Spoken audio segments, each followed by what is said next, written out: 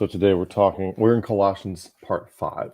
Our approach toward Jesus Christ is the way Scripture presents Jesus Christ is that he is the way, the truth, the life. Jesus says in John 14:6, I am the way, the truth, and life.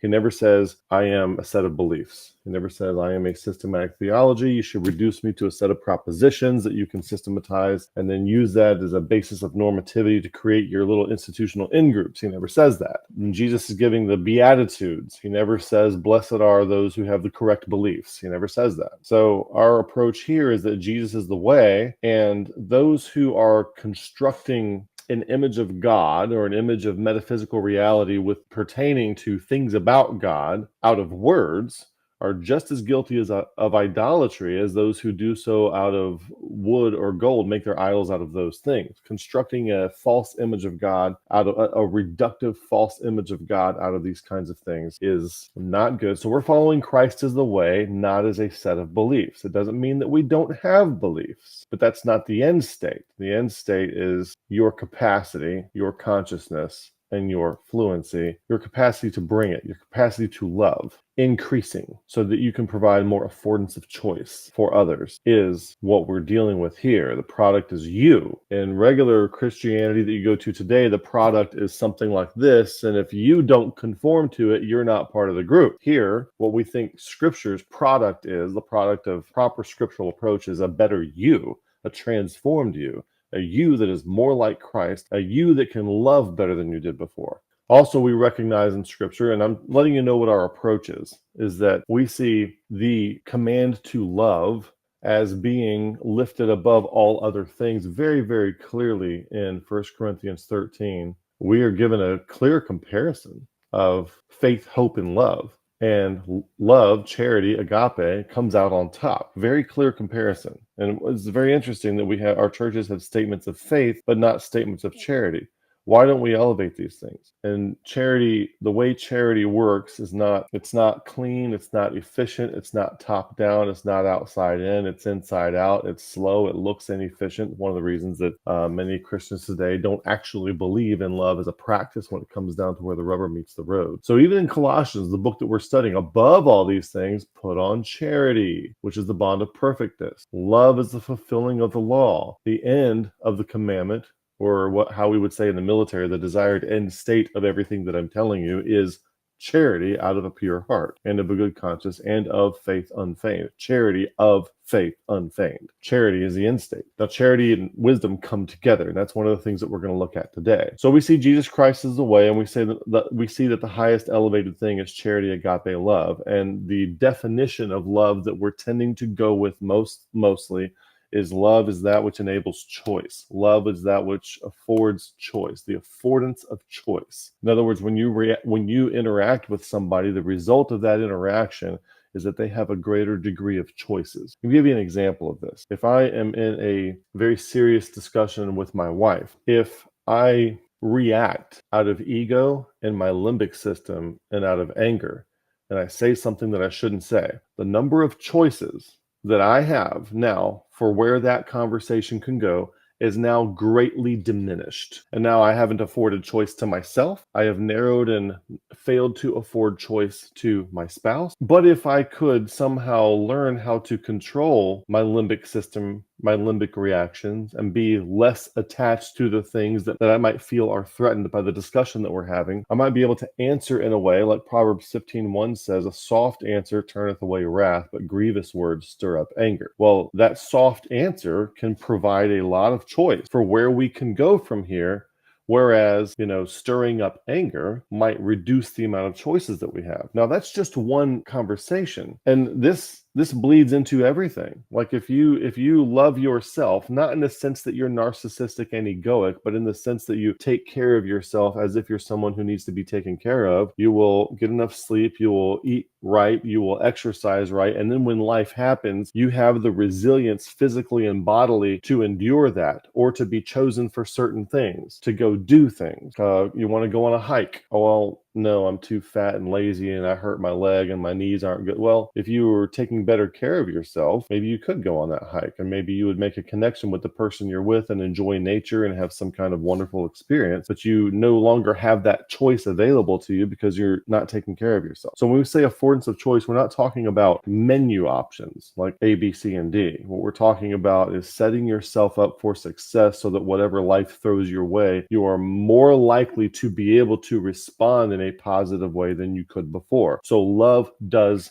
that kind of thing for yourself and for everyone that you interact with if applied appropriately. Well, so what is appropriate? That's where wisdom comes in. So what we're putting forward today in Paul's transformation model, this is completely hypothetical, and this is mainly conjecture on my part, but I think that Paul is putting love as a capacity, as a prerequisite for wisdom cultivation. And once you have love as a capacity and you are headed for wisdom, then you're constantly mixing those two together. Like, you may want to afford choice, but then the thing that you do winds up limiting choice because you lacked wisdom. So love by itself without wisdom can be well intended, but like our video we did probably a couple of years ago on heart, will, and mind, you might intend to do well, but you're not smart enough to see the unintended consequences of the action that you're about to take. Or maybe you're not relating well enough to the people that you need to work with in order to help make this happen, because it requires more than one person. There's no coordination capability there. All kinds of reasons why wanting to bring something to pass and the ability to make that thing come to pass are two very different things. Paul's pressing toward the mark. We want to be pressing toward the mark. So what does that mark look like? And I encourage you to start with simple things. Like, maybe I can have a serious discussion with my spouse and not react egoically or angrily. Maybe that's something you can press toward. So how can you press toward that? What can you do to hit that mark? Have some marks. Wisdom is personified in Proverbs chapter 8. I, wisdom, dwell with prudence, personified as a woman, and find out knowledge of witty inventions. The fear of the Lord is to hate evil, pride and arrogancy, and the evil way, and the froward mouth do I hate. Counsel is mine, sound wisdom. I am understanding. I have strength. By me kings reign, and princes decree justice. By me princes rule, and nobles, even all the judges of the earth. I love them that love me, and they that seek me early shall find me. So wisdom must be sought. So to seek wisdom and to love wisdom, love, philo, sophia. Sophia is wisdom in Greek. Philo, sophia. That's where the word philosophy comes from. And there are two different kinds of philosophy. There is a world's philosophy, outside in, top down, power, efficiencies, Alexander Great kind of philosophy. Alexander the Great kind of philosophy, modernism kind of philosophy, industrialism kind of philosophy, ideological possession kind of philosophy, churches with statements of faith kind of philosophy. And then there's God's wisdom, which is very, very different and not visibly efficient at first. But at the end, love is what conquers all. It's the only thing. It is the only thing that conquers all. And as long as we're setting it aside to do things more efficiently than love will do it, we will always wind up losing in the end. And if you don't think so, if you die peacefully on your bed thinking you've done well, but you set love aside, the affordance of choice, then your kids and your grandkids will be paying for it when you're resting peacefully in your grave. You have to know that. And we did look at a model that Paul has that I think Paul has kind of growth, and we're going to dig a little bit more into this concept today, where you can start off down here with love as an intention, and ultimately you want to get to love as a capacity. So down here you can have it as an intention and a motivation, but you don't know what's going on, but then you have it as a capacity. I actually can afford choice. And in that, I have wisdom above this, but that is where wisdom and love kind of commingle together. Emergence and emanations, they're coming in together. You got to have wisdom and love together. This is out of Romans 5, our golden chain of charity. And then you're moving up, where you have faith, hope, and love, and you're getting to the point where you want to have the cultivation of wisdom. So remember, I'm just sharing a perspective, and here's what I want you to think about. Here's the thing that I want you to think about, and that is this. I don't think any of Paul's audiences are post-wisdom. I think they're all pre-wisdom, as far as I can tell. In other words, there are no written audiences in Paul's epistles that have embodied wisdom. They seem to all be on the precipice of it and needing it. There are some that are capable of love and are ready for wisdom cultivation. And then there are some that still need to get to the love part, and they can't. So when Paul is throwing around these words, and look at all these Look at all these words they're throwing around. You got faithful, thanks, praying, faith, love, hope, truth, fruit, good, truth, love, pray, wisdom, walk, patience, joyfulness, light. So it just kind of seems like a bunch of really nice things to say, really wonderful things. You want to have faith and hope and love. It almost sounds like throwaway words. I don't think they're that way at all. Okay. I don't think they're that way at all. If you compare everything Paul writes and consider the audiences to whom he's writing, you would ask a question like this: observation, inductive method. What does he attribute to this audience? And what do you mean by that? When he's talking to an audience, does he attribute faith to them? Does he attribute love to them? Does he attribute wisdom to them? Ask that question.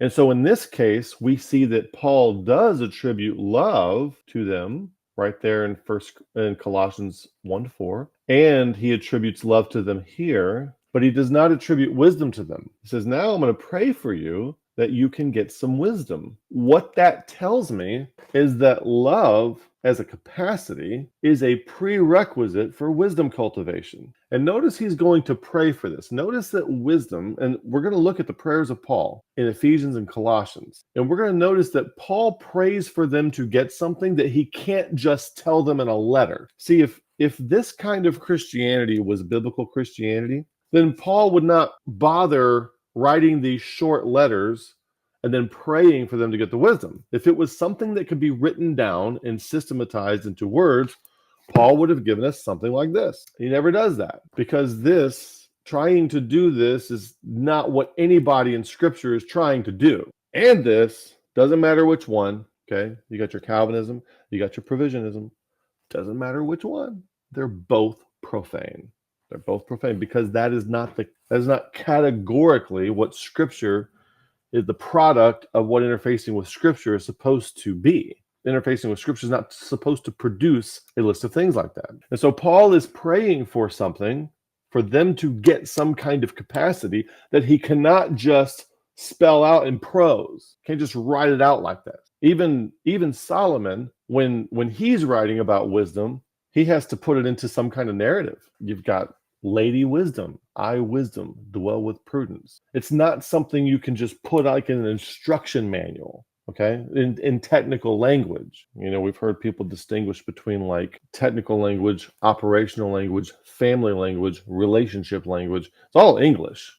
And each one of these would be something different. Like if I'm at work trying to press for, cybersecurity remediation and compliance with the people that I work with, that conversation is going to be very much different than a conversation that I'm going to have with my wife. It's very different kind of conversation, very different language used, still English. And even good philosophy can get in the hands of an imposter. And you need to understand the concept of an imposter. What do I mean by imposter? Let's say there's a view from the top of the mountain that is just amazing, okay? And you can describe the view from the top of the mountain, but it's very hard to get to the top of the mountain. And so let's say there's 100 people that climb up to the top of the mountain and see the view, and they can describe it. But there's one guy who's not one of the 100. He is not willing to put forth the time and effort to go up to the top of the mountain. But as each person comes down the mountain, he interviews them. Says, what was it like up there? What's the top of the mountain like? What's the footing like? What's the terrain like? What's the view like? What did you see when you were there? Which direction was that in? It gets all these details. It's all these details, all this information from what the view is like from the top of the mountain. And he interviews all 100 people. And he collects all this information, and then he studies it, learns it, memorizes it, is able to paraphrase it, and he like really knows. So now let's say this: if you ever seen the game show To Tell the Truth, now you go and talk to all 101 people, and you don't know which one didn't make it to the top, which one is the imposter, and they're all going to talk about it as if they've been there. They're all going to talk about it as if they've been there. Now, you talk to all 100 people, and your job is to spot the one who did not actually see the view from the top of the mountain, who did not actually make the trip, but who simply systematize, categorize, and can regurgitate back out to you what he heard from the other 100 people. Could you spot that person? Do you think there would be something in your body that would let you know that, yes, everything this person's saying is true? There is a house with an orange roof off to the northeast over here. There is a beautiful beach over here that you can see off to the left. And there is a power, whatever it is that's up there. All the things that he's saying is true, but there's something in your body that's letting you know that something's not right. And so that's it. When the other people talk about the view, it's coming from what they've actually seen. When this fool talks about the view, he's an imposter. He's talking about what other people have seen. What has happened in Christianity that we are facing today is that Christianity is basically nearly 100% imposters. It's all imposters. There are very few people who have seen anything, and those who have seen something, they don't get along with the imposters very well. All the in-groups are made up of imposters, and those who actually have seen something do not fit in with the in-groups, and they get ostracized. That's why you find out sometimes some of these folks who have seen something, who have had an encounter with God, they wind up going off by themselves and living by themselves because all of the imposters just aren't going to have it. So here's the problem. The problem is when you start laying out what growth and transformation looks like, it's kind of impossible to do so without generating imposters. So what you're looking for is a crossover error rate. What do you mean by that? What's a crossover error rate? Let's say you're developing some kind of facial recognition to get into a phone or something like that. What you want is the highest number of true positives and the lowest number of false positives. All right? You don't want it to look at your face and be like, I don't recognize you. Okay, that's a false negative. Well, because it really is you. And you don't want it to look at somebody else's face and think that it is you. That's a false positive. So how do you minimize the false positives and the false negatives? And the point at which you minimize both of them, and you can't minimize any of them either more without making the other one go up, that's what you call the crossover error rate. And so everything that's trying to discern, like in machine learning, everything that's trying to discern something is trying to find that crossover error rate where the minimal number of errors in either direction are absolutely minimized as much as can possibly be. There is no 100% lack of errors. There's always some kind of errors there, but they're trying to get to the minimal crossover error rate. That's what you're aiming for. And so when it comes to us, how do we, because we're communicating in propositions, how do we do this in a way that does not generate imposters? Because as long as you're using propositions to say the things that have been seen and to help people come along in their growth and to create a scaffolding and a way for them to structure their growth and know what to expect, as soon as you say it, anybody else can say what you just said without having embodied what is actually coming from you, having been to the top of the mountain. This is a real problem. And I was talking with my buddy Christian DeSalvo the other day. He's been on this channel, and we actually generated a lot of insights about some of this stuff and things that are concerning that need to be addressed. And one of them is that how do we create the transmission of growth and transformation toward Christians who want to grow and transform without creating imposters, or with having a acceptable margin of crossover error rate? Because right now there's a whole bunch of imposters, very few people who have actually seen the view from the mountain. And how do we change that around? How do we change that around? Because as soon as you say something, people can virtue signal that they are the thing and just repeat what you said. And now it's a matter of discernment to determine who's just saying the words and who is using words to describe what's coming from the inside out. Two very different things. This is imposter. This is imposter. It's all just words. What experience with God have they had? What came to mind when you took in the site? Experiential questions would need to take over the interview. Yeah, so how do you interview a person? That's a really good thing. How do you interview a person to assess whether or not they see? Now, when it comes to what we do here with growth and transformation, I will say this: when it comes to the comment section, the live chat's usually been a lot better lately than it has been in the past. So live chat's pretty good, but in the comment section, I can tell in one sentence whether or not somebody has seen the thing or whether or not they're in virtue signaling word space. One sentence. told somebody recently, and sometimes I'm kind of mean about this, but it's just honestly, it gets tedious for me after dealing with just hundreds and hundreds of commenters who just, it's all words, it's all impostering. So last week we talked about the concept of your growth is more like, instead of you pressing forward, it is more like somebody ahead of you. Your future self is ahead of you, pulling you forward. There's something like that going on, and envisioning that is helpful as you move forward in your transformation stance. We defined love. Love is not just compassion, empathy, desire, affection, or attachment. Okay, you wind up with an Oedipus complex with that kind of thing. These kinds of things can actually result in the narrowing of choice rather than the affordance of choice. So these kinds of things don't need to be absent. They aren't bad, but without wisdom, they result in a narrowing of the affordance of choice. And without wisdom, they are bad. You reach something like the Oedipus complex, like a failure to launch. And kids who, I was having a discussion just yesterday with a group of people, and we were discussing how a small child was being raised. And I'm like, and this kid's 5. I'm like, well, if that's happening, this kid's going to cheat on their spouse when they get married. There's things that you can predict like this because of things that accompany love being implemented without wisdom, without foresight, without sagacity. Okay.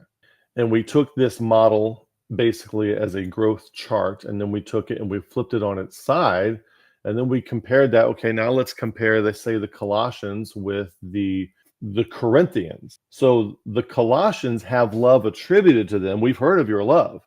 And Paul tells the Corinthians, you don't have love yet. You're not ready for wisdom. We tried to speak meat to you. I heard a Calvinist the other day thinking Calvinists have meat and Arminians have milk. And I'm like, no, the meat and the milk is not data. It's not content that you affirm.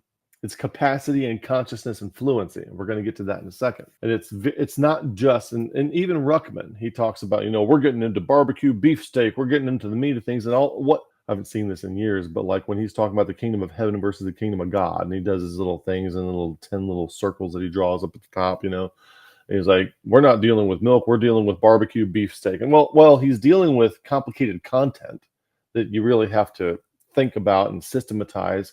And something being intellectually complex does not make it meat. And the deal is, these guys can't love. They're all against each other. So they are so Paul emphasizes, where does the love chapter come from? 1 Corinthians 13. Why did he spend so much time spelling out love like this? Because in this model, the Corinthians are here. They are no further than here. They are pre-love as a capacity. They might have love as a motivation or love as an intention, but they are pre-love as a capacity. They cannot love. They cannot afford choice. They're factional. They're divisive. I'm of Paul. I'm of Apollos. Calvinism is better than Arminianism. Calvinism is better than provisionism. Provisionism is better than free grace. I mean, that's where they are. And so we pointed out, what's the equivalent today of where these things are. So we went through some of these things, looking at where love shows up. And there is a love in Ephesians 1:15 that isn't in here, that should be in there. But notice that Romans 13 also, he has to tell these guys to love. Love, love, love, love, love. Therefore, love is the fulfilling of the law. And so then what comes next? Awakening. And we notice there's a pattern in Ephesians 5 that there's also awakening there. What are the fundamentals of the faith? If you want to reduce something to propositions, here's some propositions for you. For those of you who are propositionally minded and errantly think that we are against propositions, the propositions would be something like this. I propose that love is a prerequisite to awakening. And furthermore, I would say that loving your enemy who has betrayed you and caused injustice to you is a prerequisite to awakening. And I would say that love as a capacity is a prerequisite to wisdom cultivation. There's some propositions for you. Write that down in your statement of faith at your church. So we notice that this love comes before awakening, and in Ephesians we see the same pattern even though it comes out differently. So if we were to put these things in order, love, wake up, wisdom. And not just love, not just compassion, desire, affection, and getting along, but the ability to interact with somebody in a way that actually affords choice. Mr. Miyagi interacts with Danielson in a way that actually gives him the ability to defend himself and win a tournament and get the girl. That's affordance of choice. So they broke up in a second. Don't worry about that. It's not the point.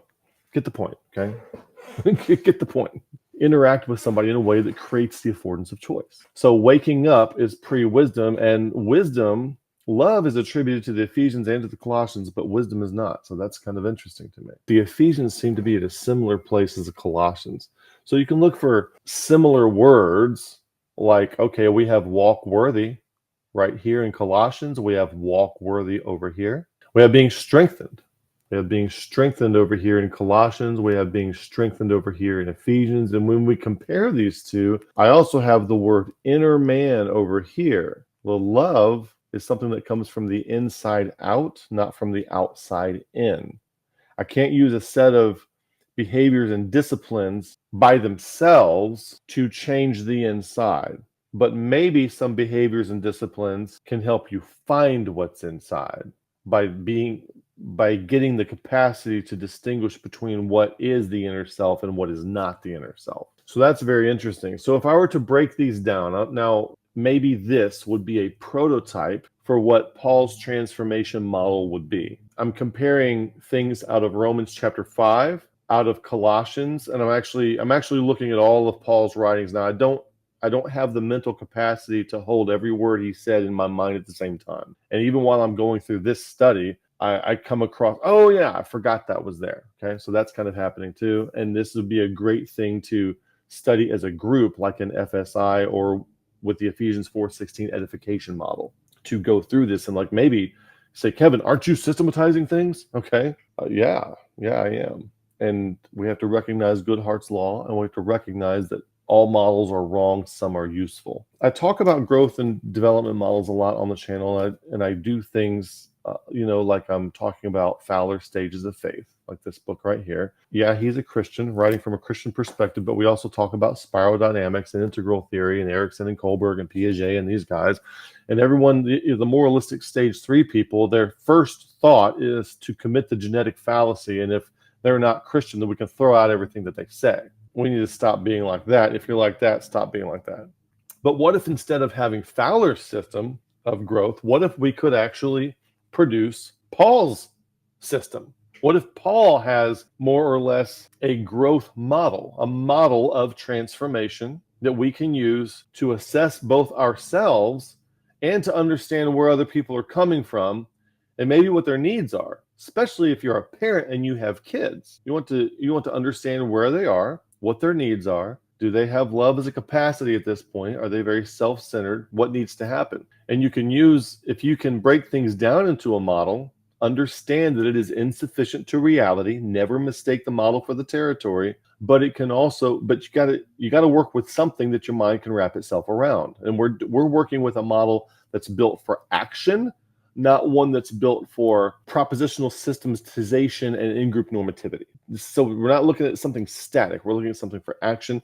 And this will be a living thing that we're constantly moving and growing, working with, constantly comparing with our experience, constantly adapting. Okay, so we don't want to codify this. We don't want to create a version of this that's set in stone and we turn it into a dogma. And if you don't agree with this, you're not part of the group. Nothing like that. We don't do that. We advocate strongly against ever doing that with anything. So we're not advocating that, but we do think that if you're a teacher, if you're a Sunday school teacher, if you're a pastor, if you're a parent, if you're a friend, okay, it might help you to develop a friend of yourself and for yourself, if you're a spouse, anything, to look at some kind of model, start somewhere, and then use that to assess what you're missing, what you're lacking, what your strengths and weaknesses, opportunities and threats are, and then also lay out for yourself a set of actions or a prescription, if you will, that will help you fill in and get to what you are lacking. It'll help you identify the mark. What is the mark we should be pressing toward? What does that look like? And how can we get there? The draft model, call this a draft. And I would always operate in draft because you never want to get to the point where you've codified something and you can't be moved away from it. So the draft of this growth model would be something like faith as love and in it, faith with love as an intention. So faith and love are going to come together because remember, the word believe, the English word believe, comes from the word beloved. So you can't really have faith without love, without at least the intent of love. And when we say faith, we're not talking about the affirmation of propositions. We're talking about the embodiment of trust, fidelity, and reliability. which you could not have without some kind of valence towards something which we're hoping is love and not something selfish. And then you're going to go through something. So I have faith, and I'm going to, with hope, look forward to something, my transformed self, my kid's transformed self. I'm going to envision that. Then I'm going to relate to people, things, and then I'm going to relate. That's where faith comes in. Faith could be seen as relating, and then I'm going to act. Love is action. This is one thing we talked about last time, and we also talked about how those can swap. How sometimes love is relating and faith is acting, and we gave passages for those too, and then we choose. We make choices. Now that's very, very important. You're looking at 4 different things here: envisioning, relating, acting, and choosing. If you're going to do these things, what you envision comes up on the end state too. I'm envisioning what I'm supposed to be. I'm not pointing at this writing over here, just letting you know that the envisioning, what you envision, shows up over here too, because a class of the transcendent must precede the immanent. You envision something. Now, in order to bring that envisioned thing to pass, you're going to relate to people. You're going to act. And you're going to make choices. Those are like the 3 doing things that you're going to do. And then ultimately what you want to do is arrive at the thing that you envisioned to start with. Let's say you and your buddy are going to start a fitness goal, and I'm going to lose 30 pounds of fat and I'm going to gain 10 pounds of muscle, and I want to look a certain way within 18 months, something like that. So then you're going to relate to each other. You're also going to you might relate to the gym. You might relate to weights. You might relate to a home gym. You're going to relate to each other and to objects and items. And you're going to act in that relationship, and you're going to do things. And then at the end of that 18 months, where are you compared with what you envisioned for yourself before? How do you measure that? And how many different areas of life can you do this in? So you might also do this with your relationships, like with my spouse. Can I have a very serious discussion where something that I care about feels threatened, and maintain control of my limbic system and my vagal nerve and my impulses, and not react out of those things, but react in a better way, and like maybe flatline those things, like so where they inform you. They're not dead, but they inform you, and they aren't deciding. Your limbic system isn't deciding how you act. For a child, the limbic system is deciding how they act. You want your limbic system to not be the thing deciding how you act, and you're a little further back than it. I was hanging out with somebody yesterday to where everything that it input to them was bouncing right off their limbic system right back out at everybody else. It wasn't necessarily angry or cantankerous, but it was very self-centered view of how to interact with people. There was nothing going through the limbic system back to the prefrontal cortex, back to a set of wisdom skills, and then coming back out. It was just hitting the limbic system and bouncing off immediately back out to everybody else. And it's like dealing with a child. It can be annoying, it can be frustrating, it can be tedious, and there's a lot of folks that are like that. So you want to have the limbic system as something that's informing you. Okay, so maybe that's a goal, a small goal. How can I have a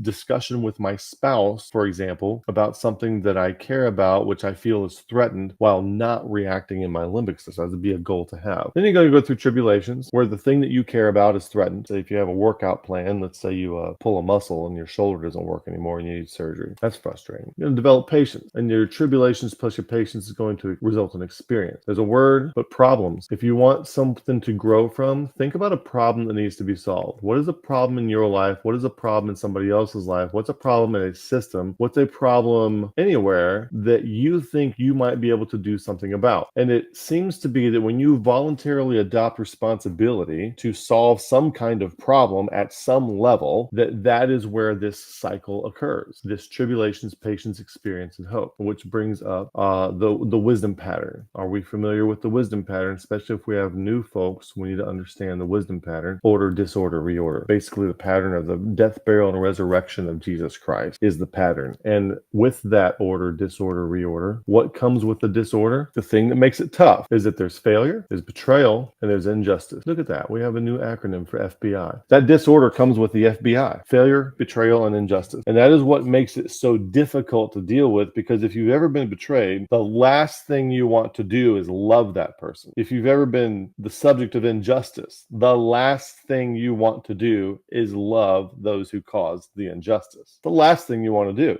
But I'm telling you, that is the only path to waking up, especially for Americans. I was in a Catholic church yesterday. Notice this disorder thing here. Okay, we talk about this a lot on our channel, this disorder concept. We don't like that. And the preaching of the cross is foolishness even to Christians, because they can't handle the disorder. I don't want any disorder. I want to build everything up, make everything bigger, better, faster, stronger. Modernism. That's what we want. Alexander the Great wisdom. Bigger, better, faster, stronger. Occupy everything. Agent Smith. Turn everything into something that looks just like ourselves. That's what we want. We don't want any disorder. We don't want FBI coming. Failure, betrayal, and injustice. We don't want that. And so the preaching of the cross is foolishness even to Christians, because the preaching of the cross isn't just that Jesus of Nazareth died and rose again. It's that Jesus said for you to take up your cross. And like the many passages that we've showed where that suffering is embodied by us, bearing about in the body the dying of the Lord Jesus, failure, betrayal, injustice, that what the life also of Jesus might be made manifest in our body, delivered unto death. That has to come first before the reorder can come, which is the life also of Jesus might be made manifest in our mortal flesh. So we're talking about things that happen in your body while you're still alive on this planet, not just when you die and go to heaven.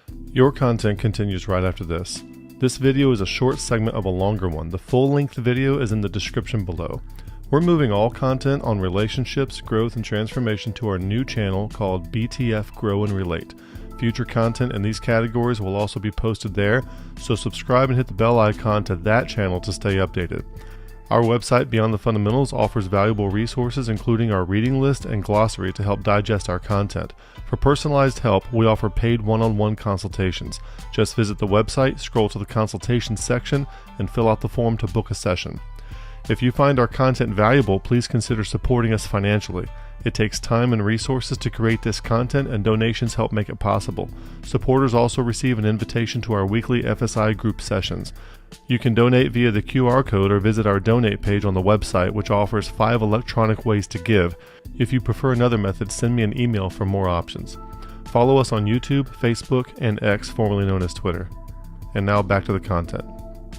So I was sitting in this Catholic church in this wedding, and they had some really beautiful music, and it was beautiful in there. And I'm looking up at this crucifix, and having a Baptist background, one of the first things I think about is how Baptists think of crucifixes. First of all, having any kind of icon to a Baptist is seen as idolatry. And then second of all, a Baptist will say, we shouldn't portray Christ on the cross because Christ is risen. And then something kind of hit me, is that I think there's some wisdom in portraying Christ on a crucifix. And the reason is this: it's a reminder to us of the suffering that we have to go through. When Jesus says, take up your cross, you're being reminded. So every time you walk into a Catholic church and you see that big prominent crucifix right in the middle of the altar, right in the front of the church, you can't miss it. It's right there. You have to look at it. It's a reminder that you have to take up your cross.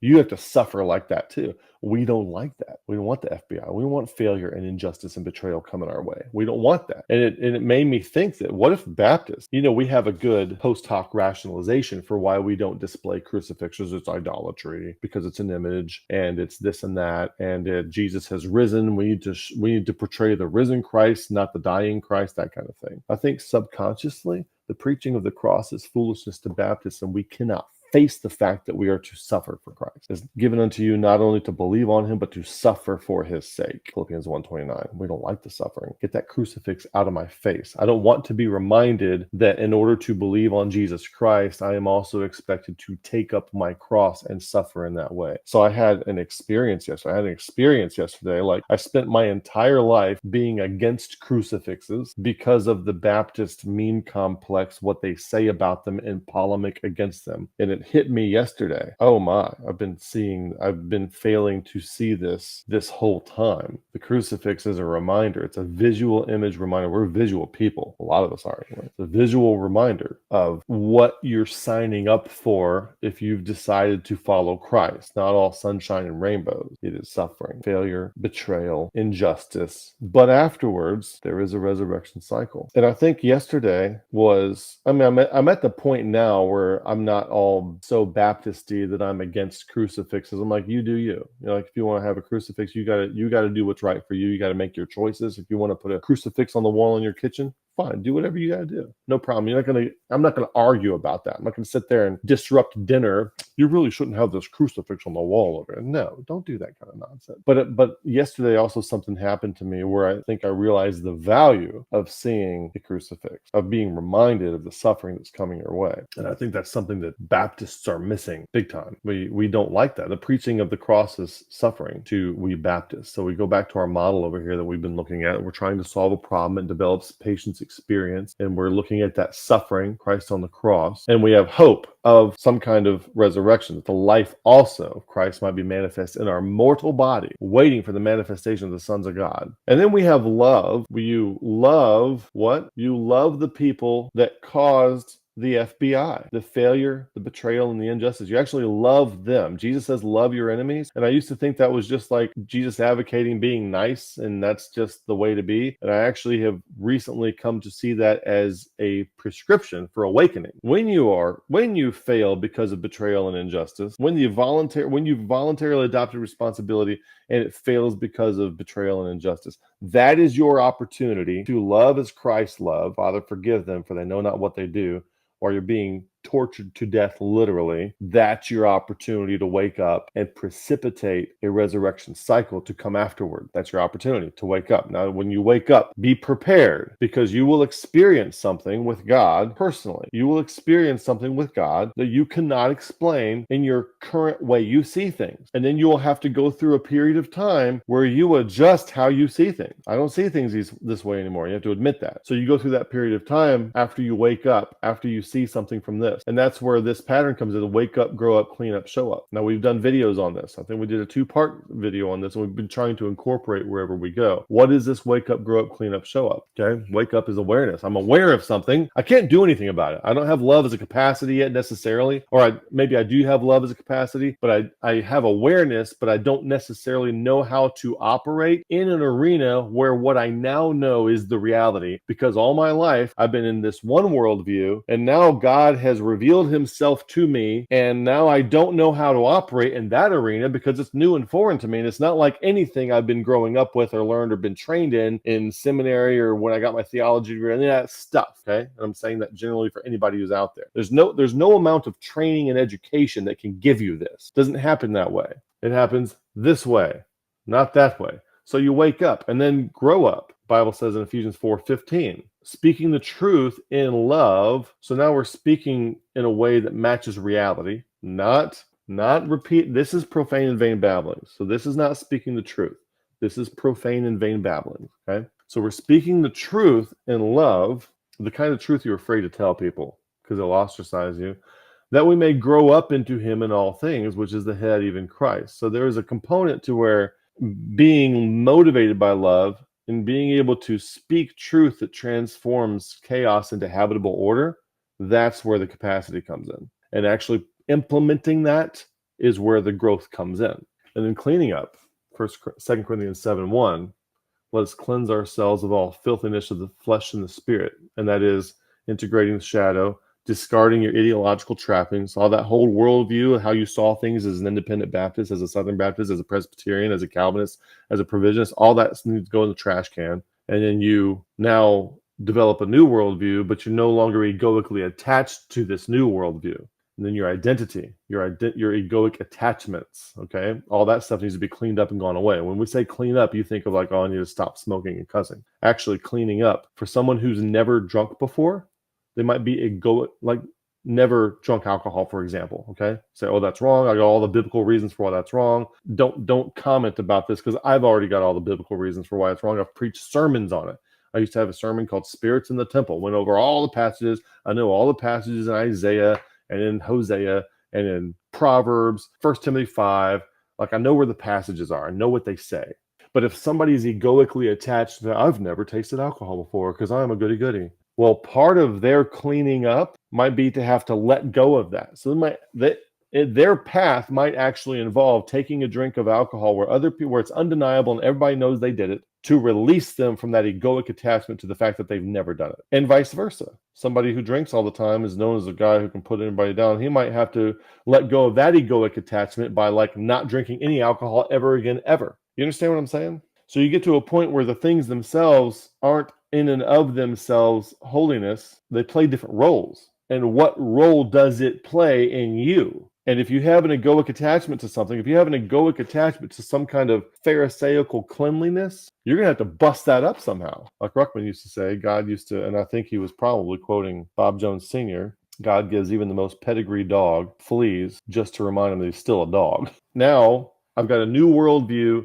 I'm trying to grow into it interactively. I'm acting and relating and choosing and growing into it. And then I'm cleaning up and getting rid of my egoic attachments. I'm integrating the shadow. I'm getting rid of my ideology, my old worldview, and I'm having new worldview capabilities that I'm not attached to. Now maybe I can show up in the new capacity. I put away my old independent Baptist, King James only identity. And I'm not saying the content is wrong. You misunderstand me. What I'm saying is I'm no longer attached to it. I've got a different worldview now, and I'm operating in it, but I'm not egoically attached to it. So if somebody comes up and tells me like 38 reasons why the way I see things now is absolutely wrong, it doesn't hurt me at all because I'm not attached to it. Somebody posted a quote just recently and said, when you criticize somebody's ideology and they react defensively like you're criticizing them, it's because they're identified. When you criticize Calvinism and the Calvinists get upset, it's because they're identified with Calvinism.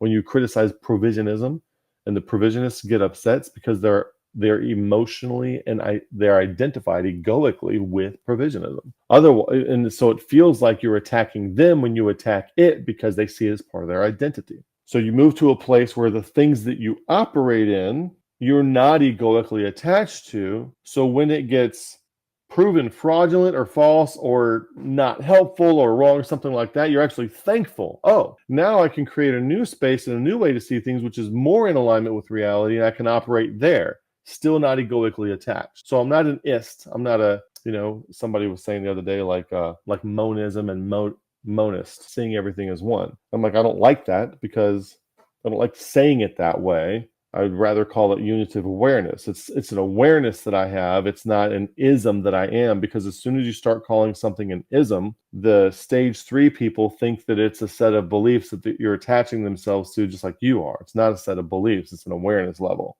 And how do we bring people to where they can see it without creating imposters who are saying all the things, saying all the same things for those who have seen it, but they haven't seen it? When Jordan Peterson talks about like repeating an ideology, like the Gideon Hull videos, he's an imposter. He's saying all the Calvinist things, but he didn't see all that stuff. He didn't come to envision for himself anything that he's saying. He's repeating all the things that the in-group expects you to repeat in order to be good and orthodox and non-heretical. Even if the ideology was true, even if it was comprised of completely true statements, for you to repeat them as if they're your own when you haven't arrived there, experienced through tribulations, experienced yourself, is the same thing as lying. And you have no right to repeat the things that aren't yours. So eventually you show up. Like Paul tells the Colossians, that you might walk worthy of the Lord, or how he words it. And he's, well, nobody's worthy of God. Just stop. Don't do that. Hear what he's saying. Walk in a way that is commensurate with the will of God. Or like Paul says in Ephesians 4:1, walk worthy of the vocation wherewith ye are called.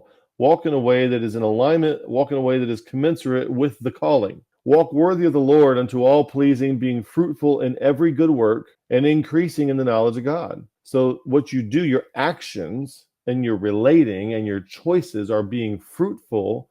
What does being fruitful means? It's resulting in the affordance of choice and increasing in the knowledge of God. That would be participatory knowledge of God, not propositional knowledge of God. So all that takes place when you wake up. After you see, you have consciousness, but you don't have capacity. I'm aware. I am now aware that things are very different than how I thought they were before, but I don't know how to operate. I don't have any attunement, participatory attunement with this new arena that I now perceive. So you have to grow into it. So waking up is just the first step. And then you have to grow up, clean up, and then eventually you can show up where that is you are operating effectively in the new arena that you perceived back when you woke up. And that time span is probably going to be 3 to 5 years. Tracking how long this kind of thing takes? Somebody told me the other day they were, something they read and followed and pursued moved them from darkness to light. And my question isn't, what do you believe? My question is, what did you do? What did you do to go from darkness to light? And that's the kind of question you ask. Like over in the East, they ask, what's your practice? Over in the West, they ask, what's your beliefs? Don't, like John Vervaeke says, don't tell me what you believe. Show me how you have transformed. And then we'll start talking about how you got there. So in order for this, after you wake up, you can actually squander a wake up, okay?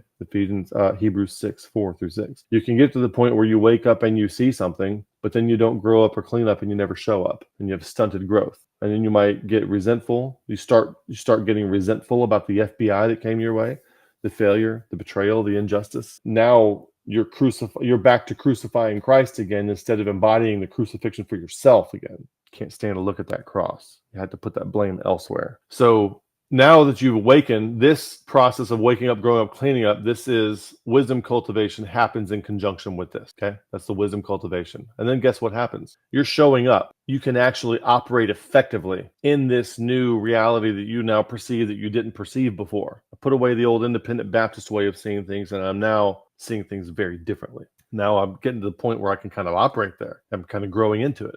And I'm starting to be able to show up, starting to be able to help other people also make steps in this direction as well. Now, guess what happens? You voluntarily adopt responsibility. Guess what happens then? Failure, betrayal, injustice. Okay, so notice that this up here is faith with love as an intention. That's step one. So now your next phase of transformation, you're back at step one for your next phase. Okay, because remember, the way we're looking at things transformatively is that we are looking up to the next version of our transformed self, transformatively. This is the old way of looking at things. Everything gets offset to the afterlife, and this isn't a dichotomy. We're not saying that that's wrong, but we're saying that we're revising this to make it a fractal mindset. In other words, whatever is true on the big scale over here is also true on the small scale over here with regard to every degree of transformation. So you set your mind on things above, there's your transformed self. Set your mind on things above, there's your transformed self. So that starts all over again. So if you were to take the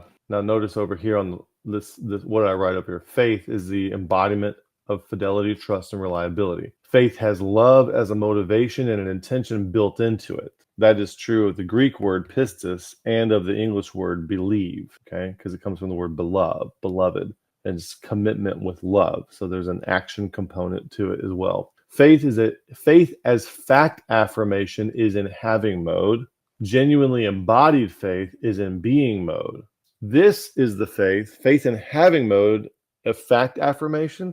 That is the faith of Calvinism and provisionism. So yeah, that cycle begins again afterward. So then the next thing, so we don't want faith as having mode. We want faith, embodied faith in being mode, which is very different than Calvinism and provisionism kind of Dungeons and Dragons or Rector set Jumanji land. So if we were to suss these things out, let's say, okay, levels of development. Where would we put the Corinthians? The Corinthians are right here. Why do I say that? Because they don't have love yet. They're still divisive. They're still factional. They're still, you free willers, they always hate the doctrine of election. It's factional. Calvinists, provisionists, all those fools, they're all up here with the Corinthians. Factional. I'm of Paul, I'm of Apollos, I'm of Calvin, I'm of provisionism. That kind of thing is going on up there. Where's the Romans? The Romans, they don't have love as a capacity yet. They're being prompted into love. Now, they don't have the problems the Corinthians did, but because of Romans 13, they still have the issue of love being prompted on them, and they don't have love attributed to them. So you might say they are still pre-love as capacity. Now, I assessed the Ephesians as pre-love as well, but I would modify that now because I overlooked some things. So I'd probably put the Ephesians right with the Colossians right now, because love is attributed to the Ephesians exactly the same way it is to the Colossians, right, in Ephesians chapter 1, verse 15. So we could do this. Let's do this with the Thessalonians. Let's do this with the Galatians. Well, I'll give you the homework right now. The homework would be this. On the left side of the screen is every place love is mentioned. This is Romans. On the right side of the screen is every place wisdom is mentioned. Do a study on this and make an assessment on the Romans. Where are they? Are they pre-love? Are they post-love? Do they still need love? Are they ready for wisdom cultivation? Have they woken up yet? And we see in a few minutes that he's telling them they need to awake. And the Ephesians still need to awake as well. Ephesians 5:14. Christians, saved, faithful, saints in Christ Jesus, not awake. You do the same thing with the, 1 Corinthians. It's comparing worldly wisdom with man's wisdom a lot because they're all about some Alexander the Great wisdom. They're not about any Heraclitus wisdom. Logos, where logos comes from Heraclitus, what John writes about. Heraclitus developed that idea, and then the Gospel of John starts with that idea that came from Heraclitus. So you can't lump all these guys together like they're all bad. So on the left-hand side, every place mentions love. On the right-hand side, every place mentions wisdom.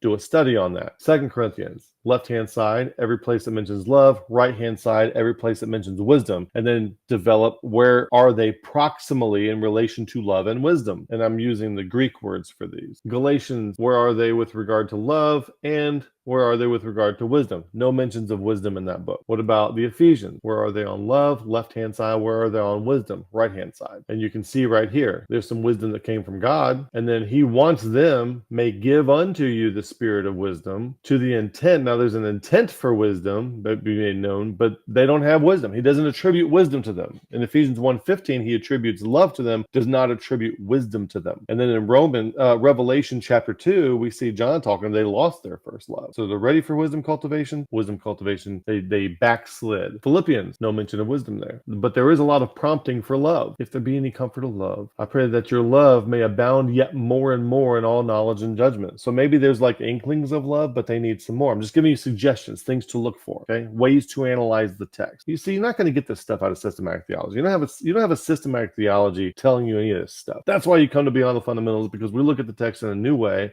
to analyze it in a new way. But I want you to analyze it with me. Colossians, very interesting. Another comparison of wisdom, one kind of wisdom versus another. So we have love attributed to them. Wisdom is not attributed to them, but it is compared. It's interesting that wisdom, you have no discernment for wisdom because you haven't seen it yet. And if you try to describe it, you become an imposter. So there's this really strange catch-22 situation where you really got to feel into it. And I think that's where the Ephesians 4:16 edification model comes in. So you get the idea. Go through all of Paul's writings, do the same thing. Compare all the passages that mention love on the left-hand side with all the passages that mention wisdom on the right-hand side, and make an assessment of where they are with regard to love and wisdom. Do they still need to get to love? Or are they ready for wisdom yet or not? And make an assessment. And when you start doing this, when you start parsing it out, looking for that, because that's going to, when you look at it that way, that's what's going to stand out as salient to you. And then you'll start to gain a fluency in spotting where people are. Like say you have 4 kids and they're getting along differently and one of them has capacity for love and one of them doesn't. Well, what do I need to do? What do I need to do to get that capacity in this child? You see, if you're a pastor, if you're a Sunday school teacher, if you're a school teacher, if you're dealing with people in any kind of way, if you're a friend, if you're a spouse, you can start becoming fluent in how to deal with people to get them where they need to be on their next rung of transformation and lay out that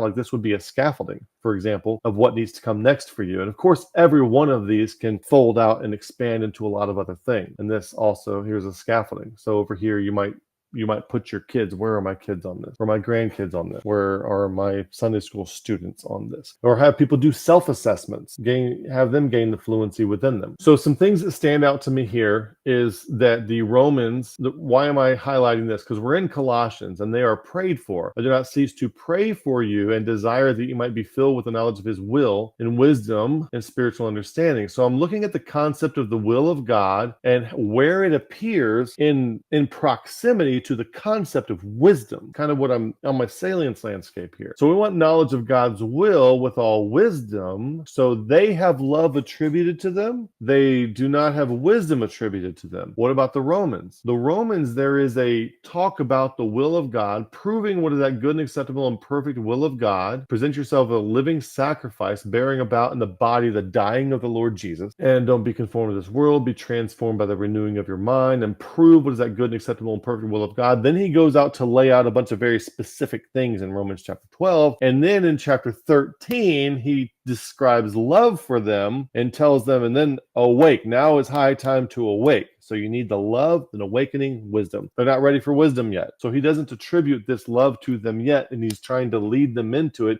It's not that they're problematic and factional like the Corinthians, but they're just not there yet. What we have in Ephesians chapter 1, verse 16, I left out 15, which attributes love to them, but it's very interesting to me where he's praying for people. Now, the fact that Paul is praying for people to get things, he's like, I want you to have the spirit of wisdom and the revelation and the knowledge of him. Well, if knowledge could be captured in something like this, why is Paul praying for them to get it and not just spelling it out for them? It's because it can't be captured in something like this. And if you just spell it out or attempt to, the only thing you're going to do is create imposters. So what Paul is trying to move them into is not something that's written anywhere in Paul's letter. It's never described. It's never written. It's kind of leaned into. Now, what you can do is you can look at something like the parables of Jesus. And you compare everything Paul's looking at and then see the parables of Jesus as kind of like Zen koans. And you can use these two things to kind of lean into it together. The problem is you can't see it until you can see it. How do you describe colors to a blind person? It's that kind of thing. It's a very difficult thing to do. And so it's very careful. You don't want to ideologically spoil somebody. You want to keep them unspoiled from ideological possession of like your independent Baptist statement of faith and your Calvinism, your provisionism.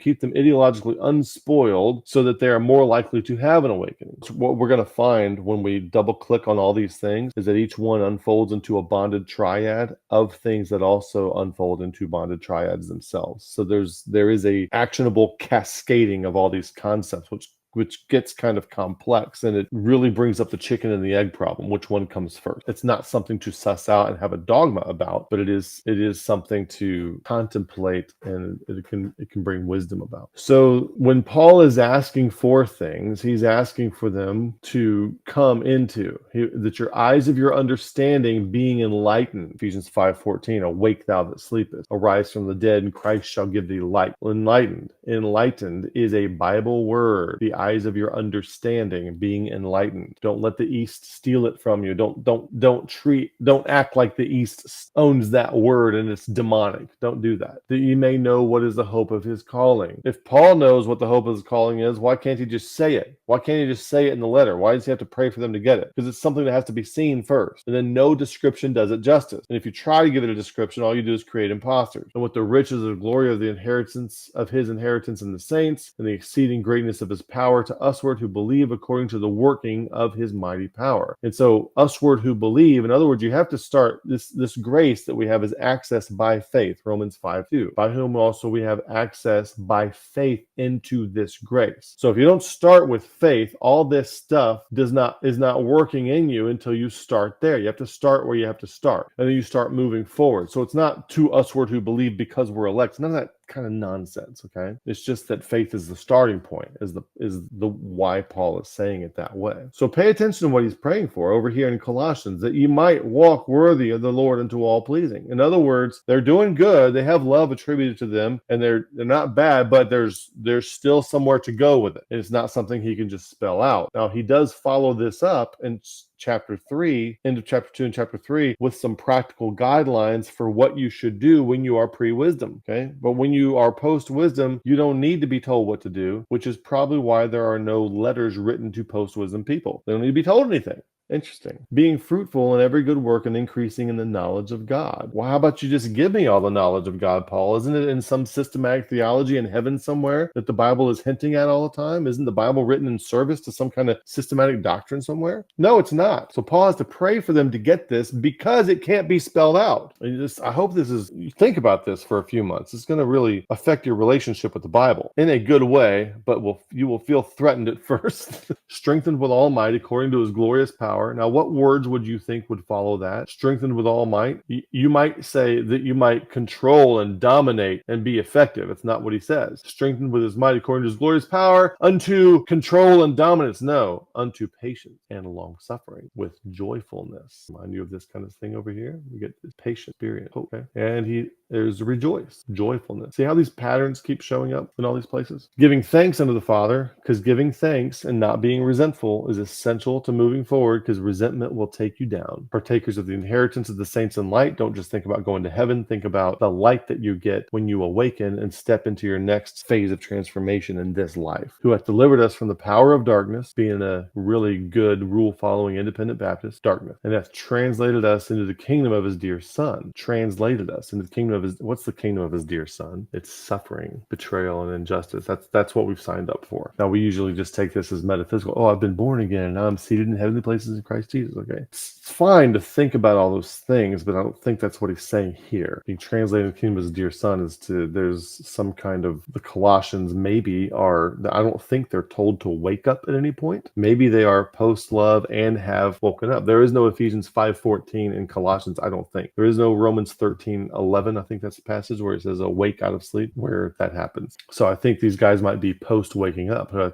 so delivered us from the power of darkness. So they've had a waking up after they have had love as capacity. So it's interesting to compare these prayers here. So go back and look at these prayers. I bow my knees unto the Father. The fact that, now we could go through these, but here's what I want you to take this away as you look at these passages. The fact that he is praying for them to get something indicates that it's something he can't just spell out. Can't just put it in prose. Can't put it in an instruction manual. How do you get people to get this without becoming an imposter? If Paul were to just spell it out like Grudem or Harwood did, what you wind up with is a bunch of imposters who start saying all those words but haven't actually seen anything or embodied any of the faith or the love or the wisdom and haven't had any awakening. You don't want that. So how do you do that? It's hard. It actually turns out to be hard to do. Colossians 2:1-4. Interesting, being knit together in love, in whom are hid all the treasures of wisdom and knowledge in Christ. This I say, lest any man should beguile you with enticing words. What does this mean? Enticing words. Hey, I have everything in a very simplistic system that you can understand, and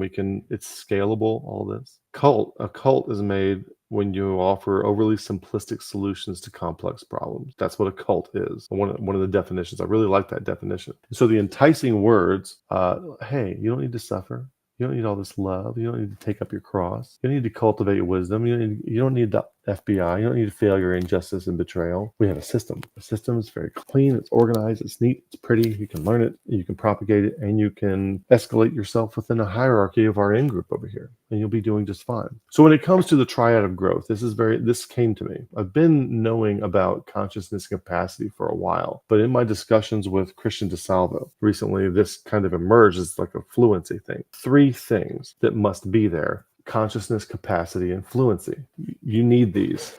And if you understand eminent domain metaphysics, your capacity is the transcendent. That's what you're aiming to get to. And your consciousness is the omniscient, and the fluency is the immanent. Okay, it's how you bring all these things together. Strategy, vision, and culture kind of thing. So strategy would be in your fluency, that kind of thing. Capacity would be the transcendent, that would be your vision, which you're aiming for, and a class of that transcendent must precede the immanent. And your consciousness is in the omniscient, and that is the culture. Your awareness of what all's around you, the new worldview that you see. So if I were to expand this out, it would look something like this. Now notice I still have consciousness, capacity, and fluency. Now when I expand this out, consciousness. Now once I'm conscious, then I'm gonna have to grow up and clean up, and the capacity is when you show up. Now your fluency is understanding the trajectory and the scaffolding of your growth.